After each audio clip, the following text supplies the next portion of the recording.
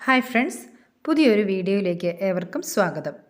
ലോകമെമ്പാടുമുള്ള ക്രിസ്തുമത വിശ്വാസികൾ ഡിസംബർ 25-ന് ക്രിസ്മസ് ആഘോഷിക്കുന്നു.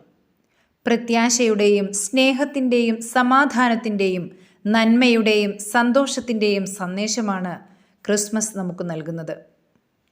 മനുഷ്യരുടെ പാപങ്ങൾ മോചിച്ച് അവരെ രക്ഷിക്കുവാൻ വേണ്ടി മനുഷ്യനായി അവതരിച്ച ദൈവപുത്രനായ ഉണ്ണിയേശു ബെത്ലഹേമിലെ കാലിത്തൊഴുത്തിൽ പിറന്നതിൻ്റെ ഓർമ്മ പുതുക്കലാണ് ക്രിസ്മസ്.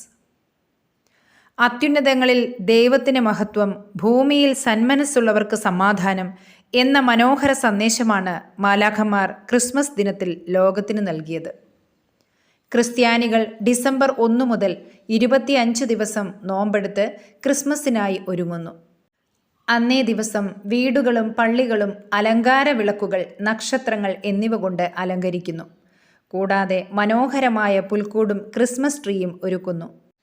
ക്രിസ്മസ് ഗാനങ്ങൾ പാടി ഉണ്ണിയേശുവിനെയും കൊണ്ട് എല്ലാ വീടുകളിലും കരോൾ സമാധാന സന്ദേശവുമായി എത്തുന്നു.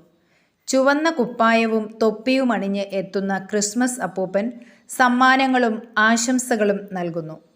ഡിസംബർ 24-ന് ദേവാലയങ്ങളിൽ നടത്തുന്ന പ്രത്യേക പാതിരാ കുർബാനയിൽ ആളുകൾ പങ്കുചേർന്ന് അനുഗ്രഹം പ്രാപിക്കുന്നു.